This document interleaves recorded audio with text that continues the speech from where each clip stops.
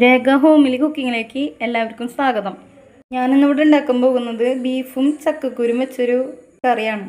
അപ്പം ഞാനിവിടെ എടുത്തിരിക്കുന്നത് 1/2 കിലോ ബീഫും പിന്നെ ആവശ്യത്തിന് ചക്കക്കുരും. ആദ്യം ബീഫ് നമുക്ക് നന്നായി കഴുകി വൃത്തിയാക്കാം. അപ്പോൾ ബീഫും ചക്കക്കുരും മഞ്ഞൾപ്പൊടിയും കുറച്ച് വെള്ളമൊക്കെ ഒഴിച്ച് നമുക്ക് വേവിച്ചെടുക്കാം.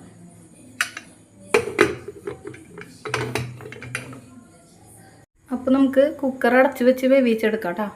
ഇഞ്ചി, പച്ചമുളക്, വേപ്പിൻ്റെ ഇല, വെളുത്തുള്ളി എല്ലാം കൂടി നമുക്ക് തക്കാളി എല്ലാം കൂടി നമുക്ക് വഴറ്റി കൊടുക്കാം കേട്ടോ. പിന്നെ എല്ലാവരും ഒന്ന് ട്രൈ ചെയ്ത് നോക്കിയോളൂ കേട്ടോ.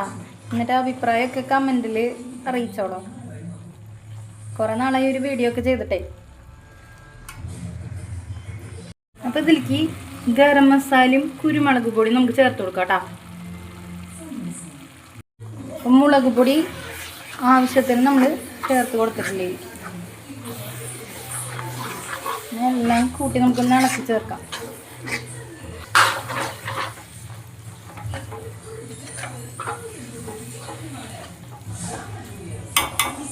ഇപ്പം മുളകൊക്കെ ഒന്ന് മൂത്ത് വന്നിട്ടുണ്ട്.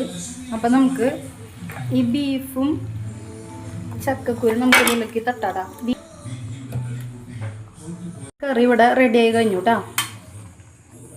അപ്പം മല്ലിയിലും കറിവേപ്പിൻ്റെ ഇലയും കൂടി നമ്മൾ ഇവിടെ ഇട്ട് കൊടുത്തിട്ടുണ്ട് ലാസ്റ്റ്.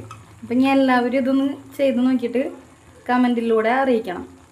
ഇഷ്ടമായെങ്കിൽ സബ്സ്ക്രൈബ് ചെയ്യണം, ബെൽ ബട്ടൺ അമർത്തണം കേട്ടോ. അപ്പം ശരി.